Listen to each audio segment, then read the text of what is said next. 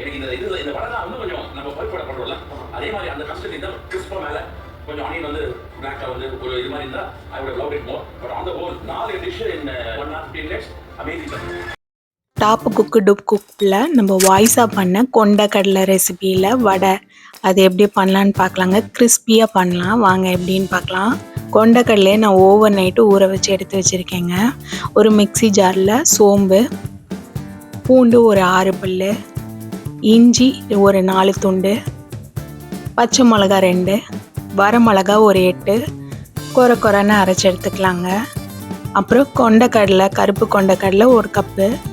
இது மாதிரி கொரன்னு தான் அரைக்கணும், நைஸாக அரைக்கக்கூடாதுங்க. இதில் வெங்காயம் பொடி பொடியாக நறுக்குனது, கொத்தமல்லி தழை, கொஞ்சம் உப்பு, பெருங்காயம் இதெல்லாம் நான் ஆட் பண்ணிக்கலாம். நல்லா பிசைஞ்சிட்டு இப்போ நல்லா வடை தட்டி நல்லா 2 பக்கம் பொறுமையாக ஸ்லோ ஃப்ளேமில் வச்சு எடுத்தால் கிறிஸ்பியாக சூப்பரான வடை, கொண்டக்கடலை வடை ரெடிங்க. ட்ரை பண்ணி பாருங்கள், சப்ஸ்கிரைப் பண்ணுங்கள், ஷேர் பண்ணுங்கள். Happy life.